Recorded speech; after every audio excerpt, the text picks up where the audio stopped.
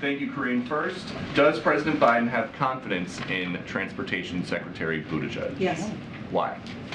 Because Secretary Buttigieg he respects the secretary and the work that he has been doing. You have seen the secretary on TV.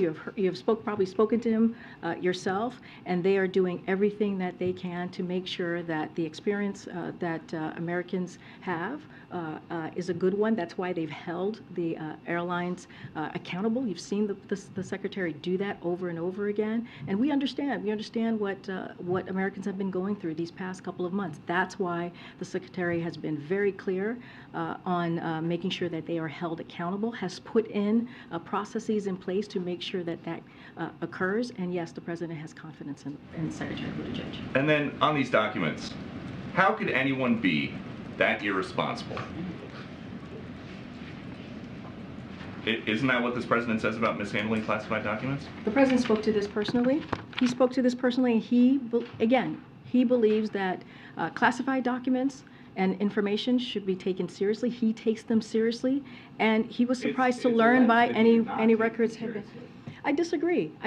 Here's what happened. Once then why is there a Justice Department? Well, let me explain to you the process. Here's what happened when his lawyers found out that the documents were there. They immediately turned them over to the archives. But they were there they immediately turned them over to the archives.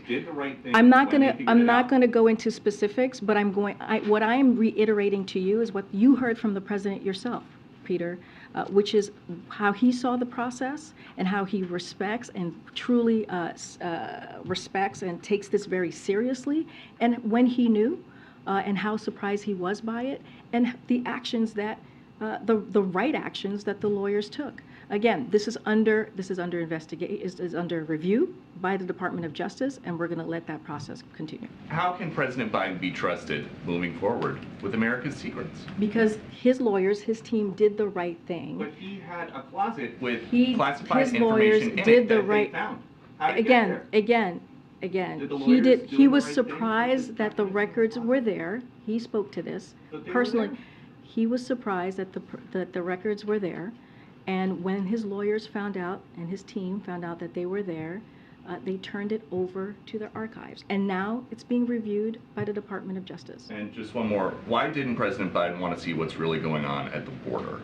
He did see exactly what's going on at the border. He didn't talk to any migrants, and he didn't go anywhere that people actually cross illegally. Why not? But he went to the Migrant Center, which was a critical place to be when you think about the partners who are our partners who are helping support the migrants on the ground there. There happened to be no migrants at the facility at the time that he visited. But let's because El Paso has been crushed. The shelters are full. There are overflow migrants sleeping in the streets, and then it's just a coincidence that suddenly the president shows up and. Well, let me talk about what's going on in El Paso, right? El Paso did go down significantly prior to the president's visit by about 70%. And that's a good thing, Peter. That's a good thing that we've seen the numbers go down. And that is something that we should be saying, okay, that's a good job there. It has helped ease pressure all across the community, but the president's visit had nothing to do with it. And so, look, again, he went to a migrant center. He went to one of the busiest port of entry, which is in El Paso.